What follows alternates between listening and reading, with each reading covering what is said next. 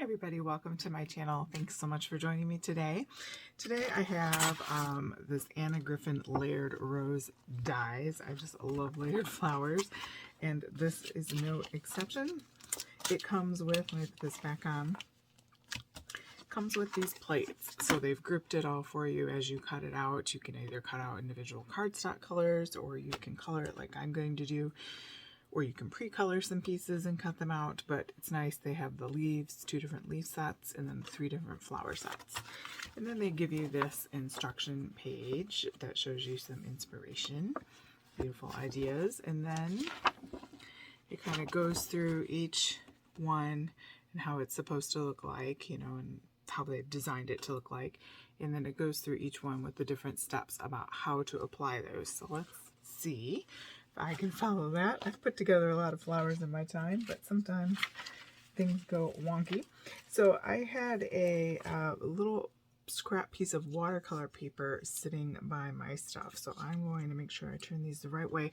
There's a little embossing on these, specifically this one, and so I'm going to assume that that is to help us know where to put it. We're going to color this. I've got 4 pieces. I'm doing this plate here, the top plate, and I've got that like that. Make sure they're all right side up. So I'm going to be following this one here. So I'm going to bend this back. So I've got this piece, the base. I'm going to put it in the direction that they have it. And then I've got this piece, which is going to be like that, which I'm going to assume goes on there, like this piece, which goes like this.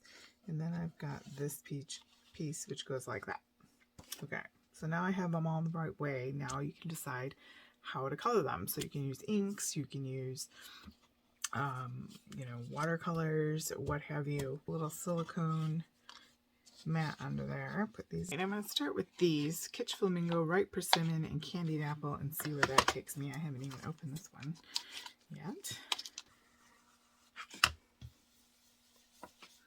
And with the watercolor paper, of course, we can always activate that to get in a nice mottled element. I think I might do that. I'll let that go to the side and dry. Then next up is the Ripe Persimmon. So I'm just kind of picking brights. I'm not necessarily going layers of pink, obviously. I'm kind of picking happy cool colors. So just giving that a spritz just so it kind of... Then I'm going to do the Candied Apple. Put this one.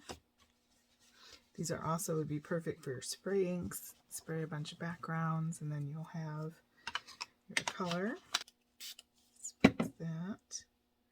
That way it has that nice watercolor look. It's an aged mahogany. I think we'll do it. Kind of what I'm looking for. Something a little bit dark, kind of like they had in their element there. Now they have a lighter, like buff color. So I chose to do all colors, so we'll just see what it looks like. It'll be pretty no matter what.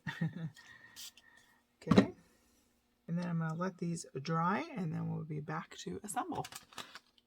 Okay, so these are dry. Now we're going to go ahead and glue them together. I have my fine tip applicator. You get a whole bunch of these for a great deal, and they come with this little plug, and you can just put your glue inside of there. I had it turned wrong. See? You just, it's like a puzzle. You just got to match it up. So I've got that there. So I'm going to go with that before I forget.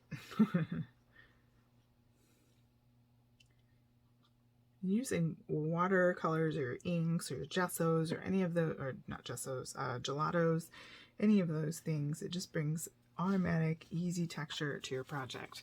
So, but cardstock's great too. I just always have a hard time finding all the different colors I need, so it's just faster for me to ink it or something. Put a tiny bit there. And this area here. So this bit is going to line up with that. Make sure I have that right. That's what it looks like on the picture. So I'm going to go for it.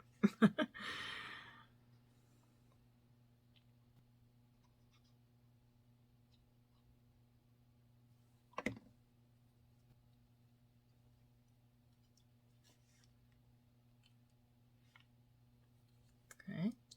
So you find the most obvious spot.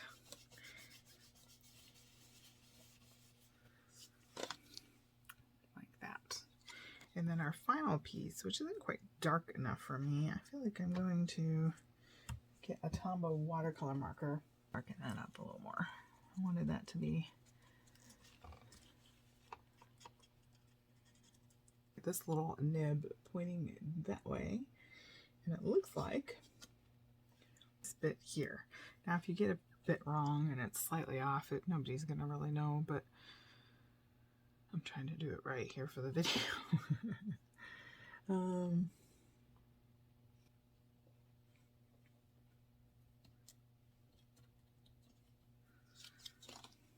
Okay, just like that. And then if you want to do the leaves,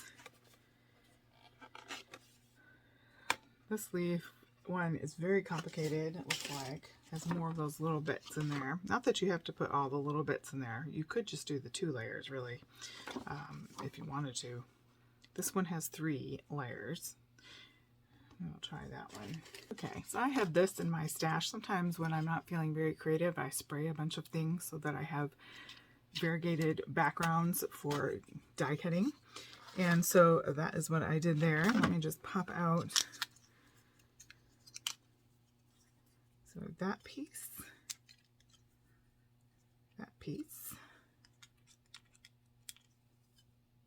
all right. And there's some embossing on there. You're probably not going to be able to see that on there, but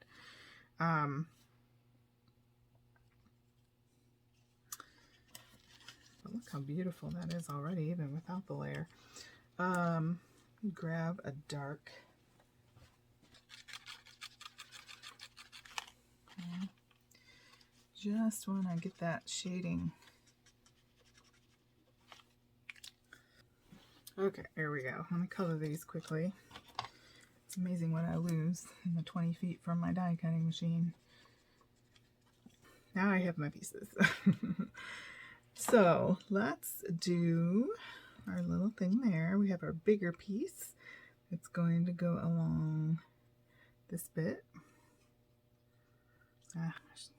Should have left my cap open.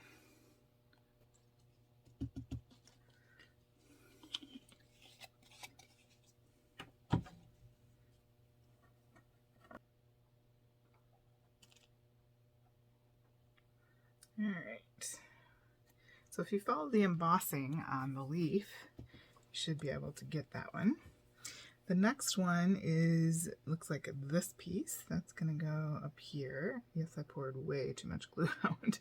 My thing was stuck on the middle making the word supper bread upstairs, so I can't play with it. They work really great if you leave them capped, but if you run up and make bread and don't cap them, you have to stick a little pin in there, but I'll do that later. Get that flowing again. And then this third one is going to go right here. And we'll put just a little glue back there. Nice with this little silicone mat. And there you have it. And that can easily go on a card. Just to give you an idea, this is an A2 sized card that I just sprayed and did whatever on. That's about the size of the flower in the leaf, at least that particular flower. So there are 2 other flowers to assemble and 1 other leaf grouping, and then there are these that if these were a different color, we would layer these on top, and that would give an even 3rd layer of dimension. But as you can see, even with the two layers, it looks fun. So I really like this set. I think they did a great job on it. Again, that's the layered rose die. And thank you guys so much for joining me. Go ahead and give a thumbs up and subscribe. See you in the next video.